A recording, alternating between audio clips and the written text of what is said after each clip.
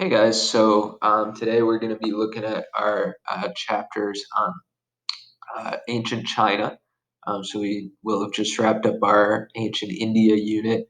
And then uh, at the start of today's class, we kind of began with just an introduction, trying to make some connections between ancient Chinese philosophy and our own lives. Um, so the first thing we want to focus on, as this book is organized in such a way, is the geography of ancient China. So what's one of the things that's unique about China is, as our headline suggests here, is its natural barriers, right?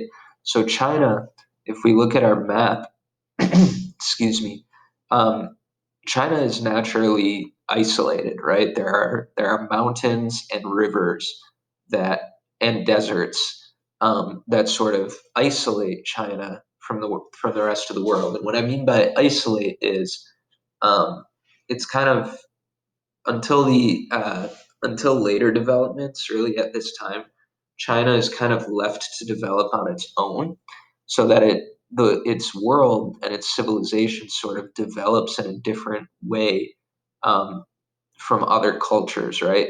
Because they're not as easily able to trade with other cultures and to travel to other parts of the world because of these natural barriers.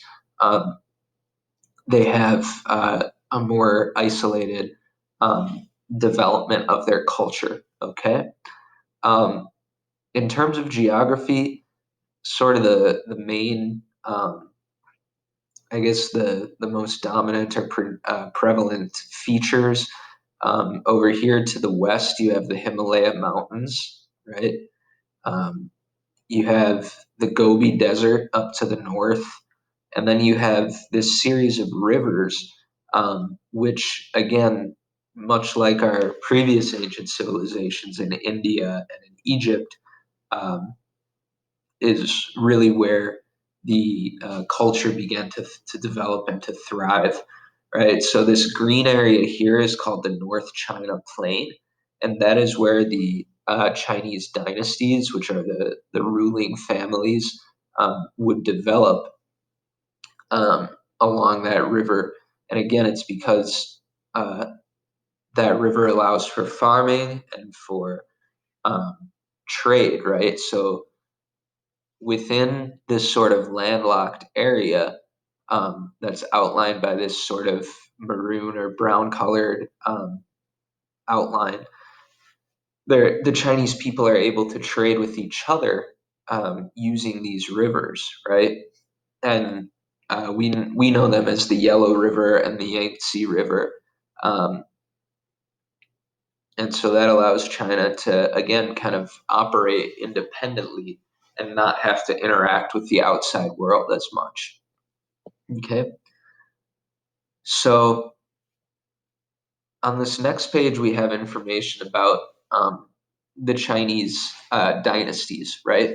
So the Chinese dynasties are, if we go based on the textbook definition, a dynasty is just a line of rulers that are all related, right? They're all from the same family. And these are families that would rule for hundreds and hundreds of years, um, sometimes even more than that. As we see here, uh, the Shang dynasty. So the Shang dynasty was the first dynasty to emerge out of China, which was around 1600 BC. And so then around 1045 BC, um, so about 600 years later, the Zhou dynasty overthrew the Shang dynasty, and they ruled for about 800 years. So we're talking about dozens of generations passing that time. And in addition to that definition of dynasty, which again is a line of rulers descending from the same family, the thing we want to focus on kind of is this mandate of heaven. Um, so the mandate of heaven was essentially, which led into this concept of the dynastic cycle. The mandate of heaven said that a ruler or a king would only rule for as long as the gods would let him. Okay, and as soon as the gods decided that it was time for a new king, then that new king would emerge and would take the old king's place, right? So when we say mandate of heaven, we're talking about um, the Chinese belief that the dynasty, right, this cycle of rulers was sort of decided by the gods, and that uh, the humans who actually ruled were kind of at the mercy of the gods. And so this dynastic cycle develops, and the dynastic cycle is this. I'll just go through it. So the first step in this cycle is that the people believe that the gods approve of the new dynasty, right? So a new dynasty, a new family comes into power, and things are good, and it seems to them that the gods are like looking down favorably upon them. Then over time, through a number of factors, this can be through war, through disease, through famine, through like family conflicts, the dynasty begins to weaken. Okay. And then as the dynasty begins to weaken, you get these big disasters occurring. And again, those can be like widespread plague, widespread famine, wars, natural disasters. And this is sort of a signal to the people that the gods are no longer happy with the dynasty, with the family that's ruling. So that's step 4. In step 5, the dynasty gets overthrown. So a new family comes along and kind of says things are not going well with you in power. So we're going to take power for ourselves. And then if that dynasty is successful, then they're in power and the cycle starts again, right? So it's this circular pattern of things going well, things going poorly, and then change happens, and then the cycle starts over again. And that's really the foundation of how uh, Chinese government works at the time. Okay, so looking forward, so another key part of ancient China and understanding ancient China is the philosophy systems, or kind of the systems or the ways of life that were developed in China. So we had sort of a brief encounter with Confucius, right, who would be the founder, the head of Confucianism.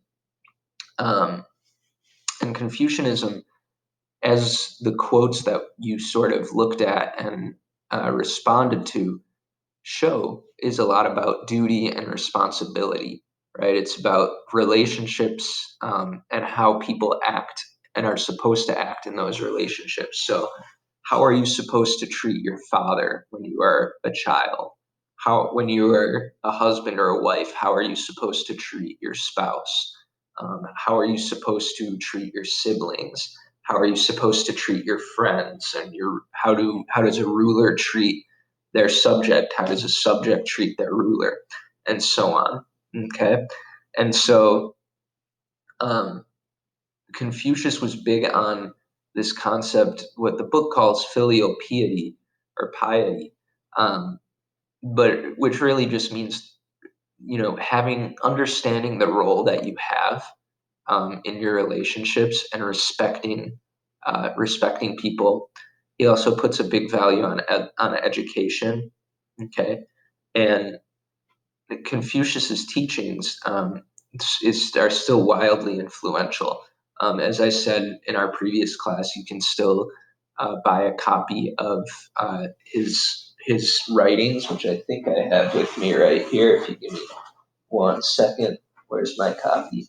Um, and this is still very influential in Chinese life, but also as his teachings have sort of spread in other parts of the world as well. So here's my copy of Confucius's teachings. Um, we also have the development of Taoism and legalism. So a man known as Lao Tzu is believed to have lived around the same time as Confucius. He founded a belief system called Taoism, which emphasizes living in harmony with nature and the Tao, which means the way, which is the driving force behind everything that exists. It's like it's this energy or force or whatever you want to call it that sort of runs through everything and connects everything.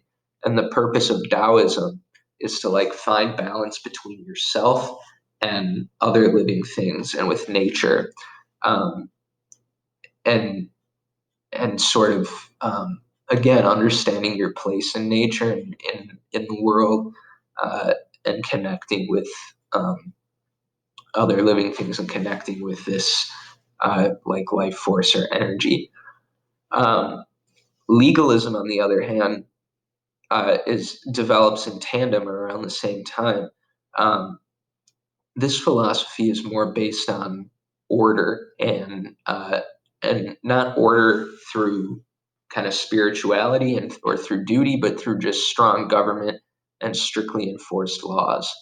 Um, and there's no official founder of this philosophy, but the rule is essentially based on the idea that people are naturally bad and that they need to be controlled by, as our book says, the threat of a harsh punishment.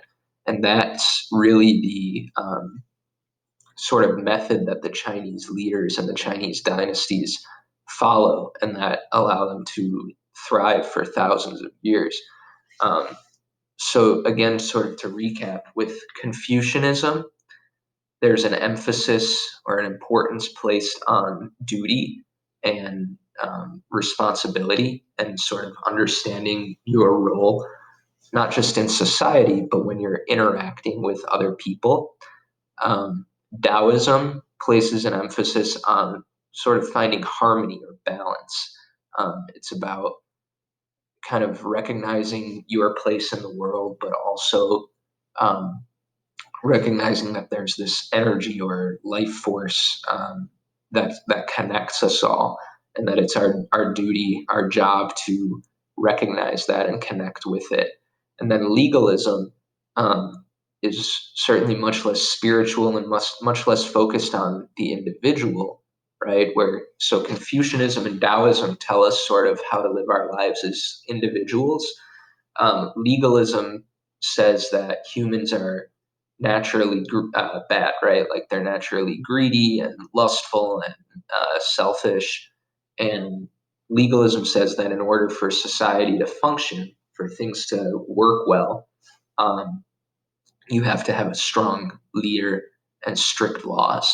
And so those are kind of the three, I guess, binding ideas of or binding trains of thought of ancient China.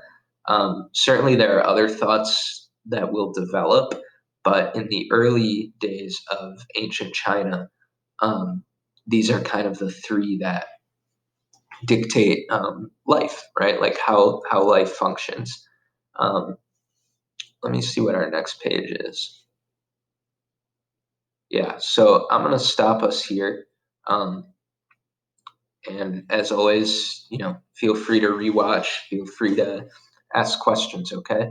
Um, yeah.